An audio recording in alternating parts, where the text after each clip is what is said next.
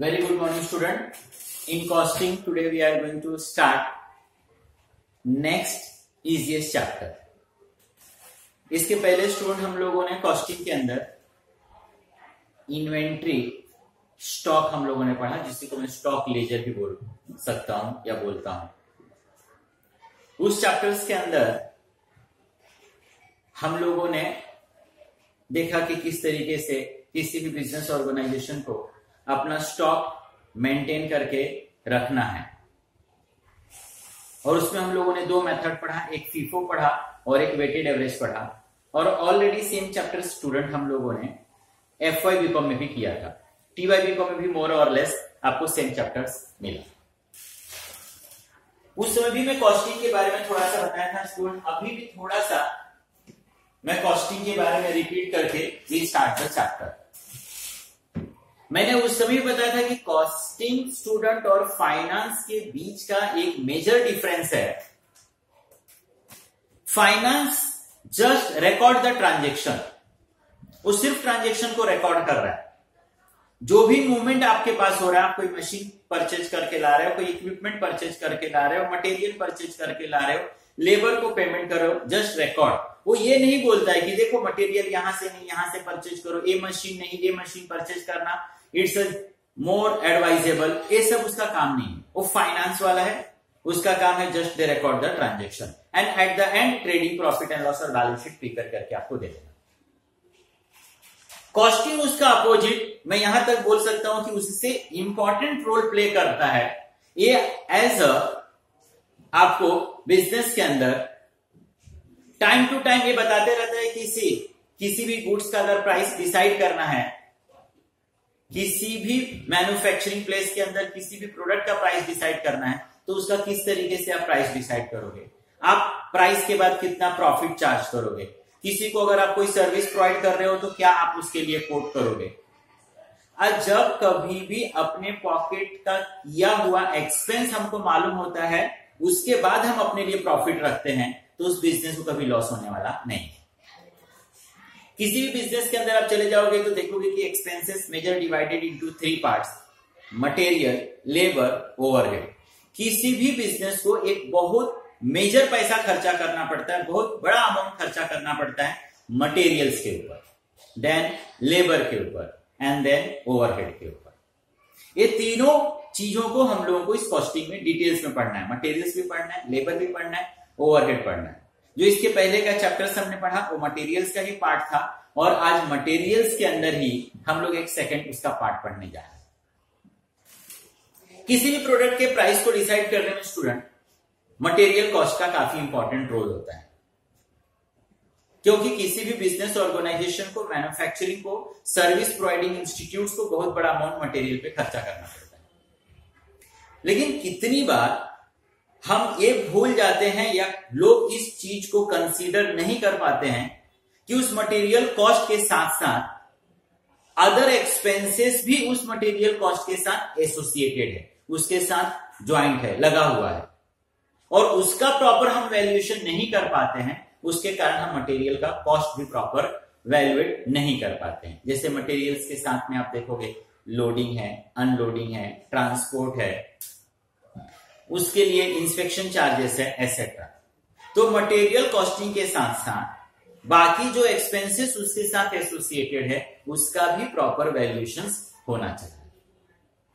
तो हम लोगों को मटेरियल कॉस्टिंग या जो मटेरियल्स चैप्टर्स हम लोग पढ़ रहे हैं, ये इन सारी चीजों के कैलकुलेशंस में हमको एक इंपॉर्टेंट रोल क्या करता है, प्ले करता है। सेम टाइम मटेरियल्स की इन चीजों के साथ साथ हम लोगों को यह भी समझ में आना चाहिए कौन सा मटेरियल्स हमको कितना परचेज करना है, कौन सा मटेरियल्स हमारे लिए ज्यादा यूजफुल है, किस मटेरियल की फ्रीक्वेंटली हमको यूज पड़ती है, किस मटेरियल का यूज कम होता है। ब्लाइंडली, बिना सोचे समझे सारे मटेरियल्स को हम इक्वल इंपॉर्टेंस दें, क्योंकि किसी भी गुड्स के मैन्युफैक्चरिंग के अंदर we need more than 1 types of material. तो सारे मटेरियल्स को हम लोग फ्रीक्वेंटली हम लोग इक्वल इंपॉर्टेंस दें और सारे मटेरियल्स को डंप करके रख लें, तो कहीं ना कहीं अननेसेसरी हमारा उसके अंदर एक बहुत बड़ा अमाउंट ब्लॉक हो जाएगा। अननेसेसरी आपको स्टोरेज कॉस्ट उसका बेयर करना पड़ेगा। अगर आपके पास प्रॉपर फाइनेंस नहीं है, कहीं से आपने अगर उसको एज अ लोन लिया है, आपको उसके ऊपर इंटरेस्ट पे करना पड़ेगा। तो मटेरियल का प्रॉपर वैल्यूएशन होना चाहिए। मटेरियल से आप परचेज करते हो, मटेरियल कॉस्टिंग के साथ बहुत सारे एक्सपेंसेस है, उस एक्सपेंसेस को प्रॉपर आपने एसोसिएट करना चाहिए। सेम टाइम आपको ये भी समझ में आना चाहिए कि कौन सा मटेरियल्स कब परचेज करना है, कितना परचेज करना है, कहां से परचेज करना है।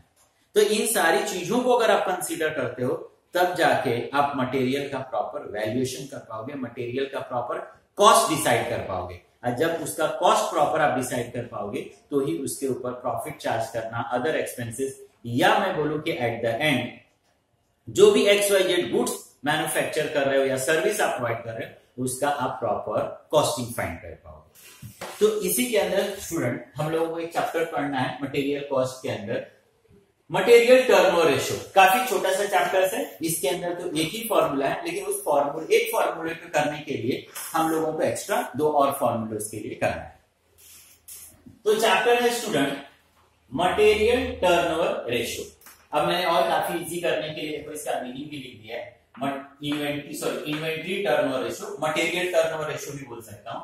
इन्वेंट्री का मतलब यहाँ पर स्टॉक, टर्नओवर का यहाँ पर मतलब होगा एक्चुअल में कॉस्ट हो जाएगा, और रेशियो। चैप्टर है मटेरियल टर्नओवर रेशियो या इन्वेंट्री टर्नओवर। इन्वेंट्री का बार बार मतलब मैं बता रहा हूं, मटेरियल आपका स्टॉक।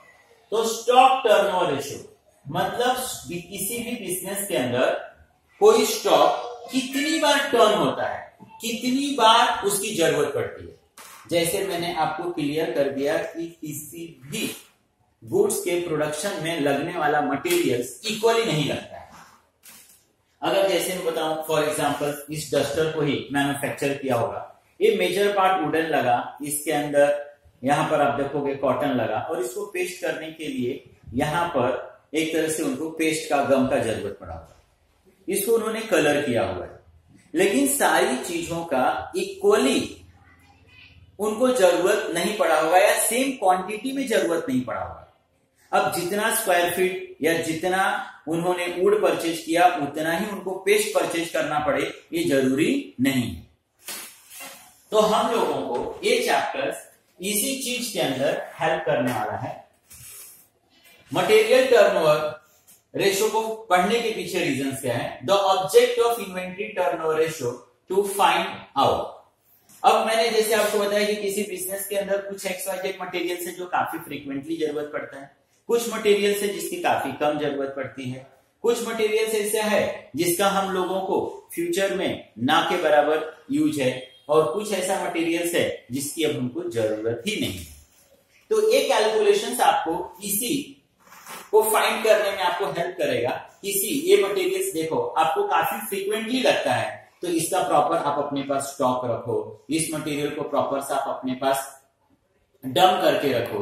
अच्छा, इस मटेरियल्स की आपको जरूरत कम पड़ती है, तो इसमें अननेसेसरी अपने पैसे को आप ब्लॉक करके मत रखो। इसके लिए स्टोरेज कॉस्ट आप मत ज्यादा इसके ऊपर खर्च करो। आपको कम जरूरत पड़ता है तो इसको भी आप क्या करो, कम आप मांगो। अगर हम लोग इस चीज का प्रॉपर कैलकुलेशंस ना करें, ब्लाइंडली हम लोग रहें, सिर्फ मटेरियल्स को डंप करते जाएं, तो शायद ऐसा हो कि ये फास्ट मूविंग आइटम्स है, इसकी काफी हमको ज्यादा जरूरत पड़ती है, हम प्रॉपर उसको ध्यान ना दें, ये अंडर स्टॉक हो जाए। ये अगर स्टॉक, ये मटेरियल्स आपके पास अंडर स्टॉक हो जाएगा, तो कहीं ना कहीं आपका मैन्युफैक्चरिंग, कहीं ना कहीं आपका बिजनेस अफेक्टेड होगा। ये स्लो मूविंग आइटम्स है, हम लोग किसी तरीके से प्रॉपर कैलकुलेशंस नहीं कर रहे हैं, ब्लाइंडली हम मटेरियल्स स्टोर करके अपने पास रखते जाते हैं। ये काफी कम जरूरत पड़ने वाला मटेरियल्स है, अननेसेसरी हम लोगों ने डंप करके रख लिया, तो जैसे मैंने बताया कि आपका एक अमाउंट इसके अंदर ब्लॉक हो जाएगा, स्टोरेज कॉस्ट आपका बढ़ जाएगा, रखे रखे शायद मटेरियल्स एक खराब हो जाए, आपका पैसा क्या हो जाए, वेस्ट हो जाए। Government stock. अब गवर्नमेंट स्टॉक का मतलब होता है वह स्टॉक जिसकी हम लोगों को ना काफी कम जरूरत है, मतलब आज के डेट में उसकी हम लोगों को जरूरत नहीं हो रहा है, रेयरेस्ट रेयर उसकी जरूरत पड़ रही है, ना के बराबर एक तरह से हमारे लिए उसकी जरूरत है। और एक मैंने बताया आपको ऑब्सोल्यूट स्टॉक, ये समझो इस तरीके का मटेरियल्स या इस मटेरियल से बनने वाला आपका product suppose out of fashion हो गया है, इसकी आपको जरूरत ही नहीं है, तो आपको इन चीजों का प्रॉपर नॉलेज होना चाहिए। इसी ये मटेरियल्स मुझे फ्रीक्वेंटली लगता है, ये मटेरियल्स मुझे कम लगता है, इस मटेरियल्स की मुझे ना के बराबर रेयरेस्ट रेयर कभी जरूरत पड़ता है, और इस मटेरियल्स का मुझे अब जरूरत ही नहीं पड़ता है, तो ये मुझे नहीं परचेज करना चाहिए। इसका as and when we need उस समय हम लोग परचेज करेंगे। इसको काफी कम हम लोगों को परचेज करके रखना है, नीड के हिसाब से ही परचेज करना है, अननेसेसरी हमको हमारा पैसा इन्वेस्ट नहीं करना है। And this is a fast moving items, ये काफी फास्ट मूविंग आइटम्स है, इसकी फ्रीक्वेंटली हम लोग को जरूरत पड़ती है। ये कभी अंडर स्टॉक ना हो जाए, अंडर स्टॉक होगा तो हमारा मैन्युफैक्चरिंग अफेक्टेड होगा, तो ये अंडर स्टॉक ना हो जाए। ये रीजन है कि हम लोगों को ये चैप्टर्स क्या करना है स्टूडेंट, पढ़ना। अब जैसे मैंने बताया कि फॉर्मूला तो सिर्फ इसके अंदर एक ही है, लेकिन इसको पढ़ने के लिए अभी ए फाइंड करने के लिए हम लोगों को बाकी भी फॉर्मूलेस पढ़ना है।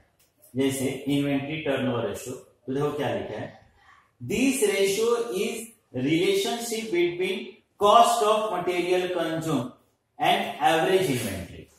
देखो कॉस्ट ऑफ मटेरियल और एवरेज इन्वेंट्री, हम लोग जो पढ़ रहे हैं स्टूडेंट क्या पढ़ रहे हैं, इन्वेंट्री टर्नओवर रेशियो।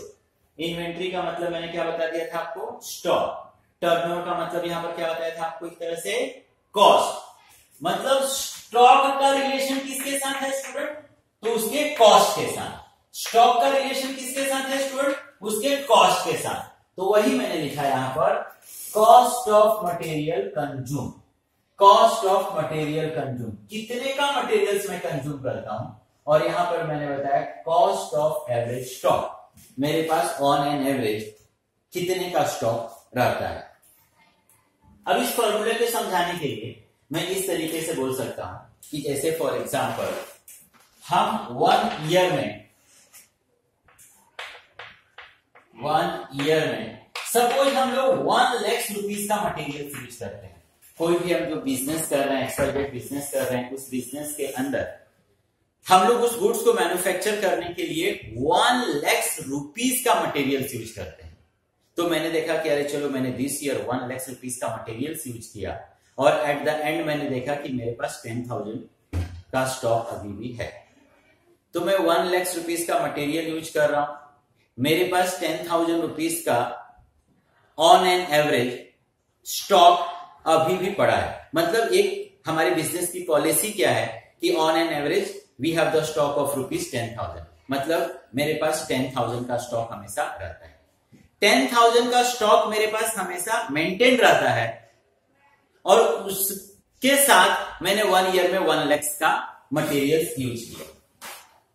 तो मैंने 1 लाख रुपीस का मटेरियल यूज किया, 10,000 का मटेरियल मेरे पास ऑन एन एवरेज पड़ा रहता है।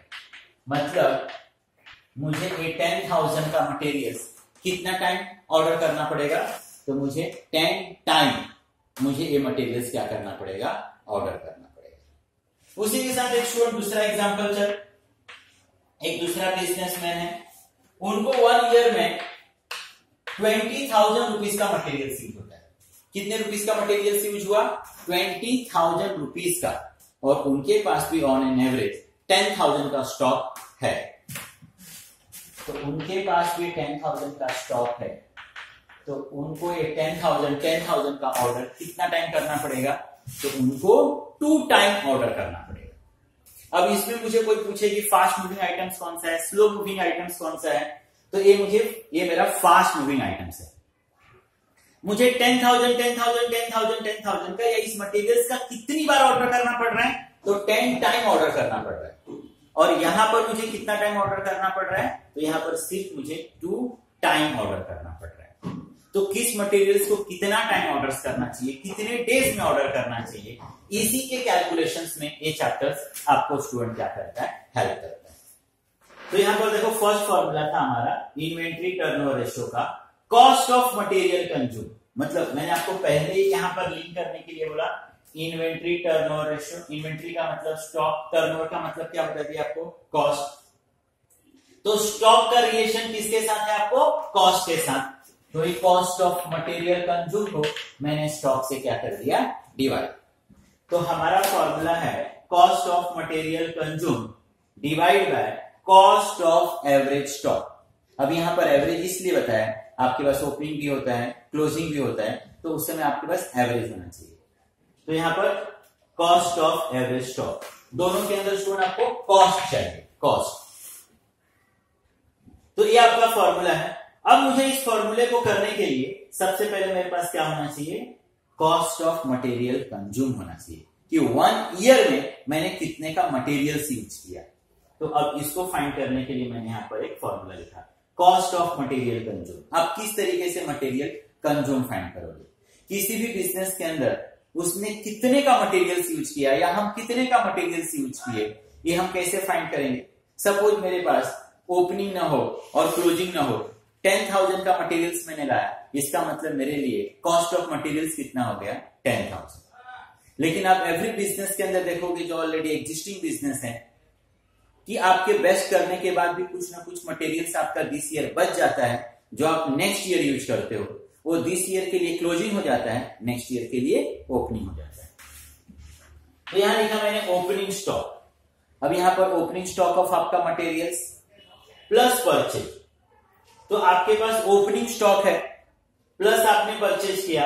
एग्जाम्पल 5,000 रुपीज का, एक एग्जाम्पल 5,000 रुपीज का आपके पास ओपनिंग है। सपोज आपने 15,000 रुपीज का परचेज किया, तो 5 + 15 टोटल 1 ईयर में आपने मटेरियल्स कितने का लाया, एक एग्जाम्पल, तो 20,000 रुपीज का मटेरियल्स लाया। कितने का मटेरियल्स लाया आपने, 20,000 का मटेरियल्स लाया। सपोज एट द एंड आपके पास 2,000 का बच गया, तो आपसे कोई पूछेगा कि अरे दिस ईयर आपने मटेरियल्स कितने का यूज किया।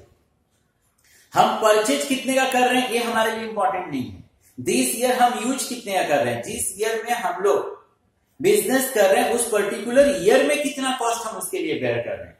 तो 5,000 का था, 15 का मैंने परचेज किया, तो दिस ईयर में टोटल मेरे पास 20,000 रुपीज का मटेरियल था, बट 2,000 का उसमें से मेरे पास बच गया। तो अगर मुझे कोई उसका यूज पूछेगा कि मैंने कितने का मटेरियल यूज किया, तो मैंने 18,000 रुपीज का मटेरियल क्या किया, यूज किया।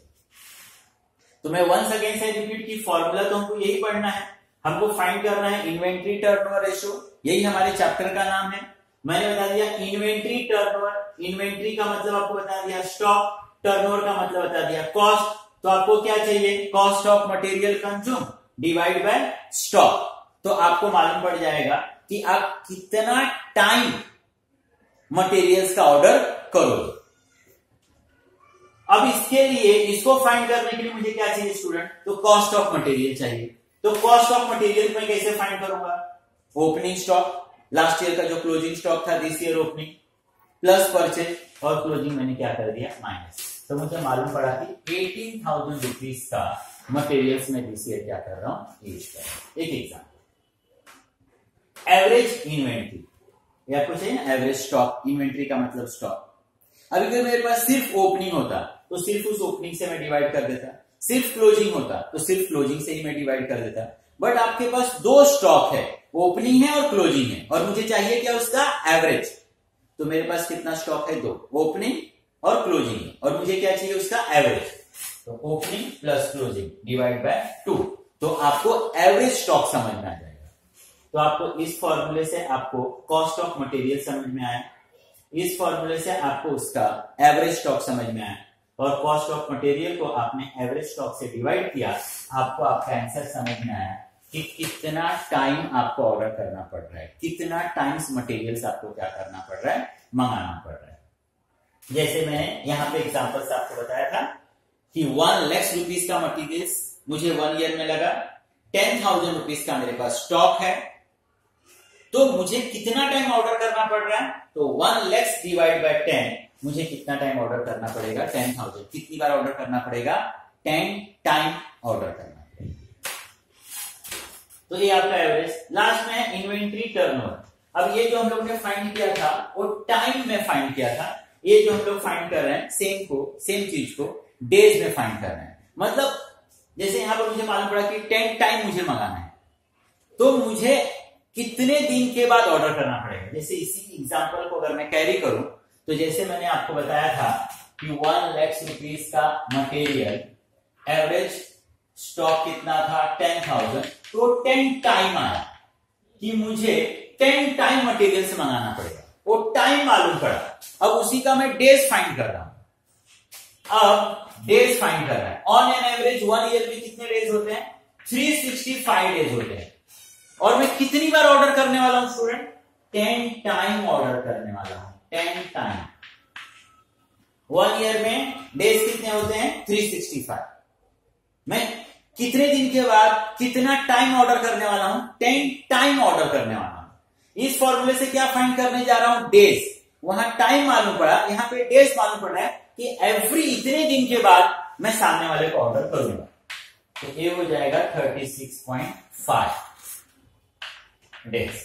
मतलब एवरी 36 डेज के बाद ना, एवरी 36 डेज के बाद आप सामने वाले को ऑर्डर करोगे कि भाई आप मेरे को गुड्स क्या करो, मटेरियल्स क्या करो, भेज दो। एवरी 36 डेज के बाद आप सामने वाले को ऑर्डर करोगे कि आप मुझे मटेरियल्स भेज दो। तो ये वन ऑफ द इजिएस्ट और one of the smallest chapters है। एक ही फॉर्मूला है। इस फॉर्मूले को करने के लिए फिर हम लोगों ने ये 2 फॉर्मूला किया। तो काफी इजी चैप्टर है टी बाय बीकॉम के पॉइंट ऑफ व्यू से।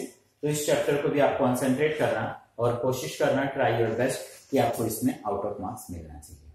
तो अभी नेक्स्ट लेक्चर में इसी के ऊपर हम लोग कुछ क्वेश्चन आंसर करेंगे और मटेरियल्स के अंदर भी एक और चैप्टर्स पढ़ना है, material cost. Then our material is finished. Then उसके बाद से फिर हम नेक्स्ट। Thank you student.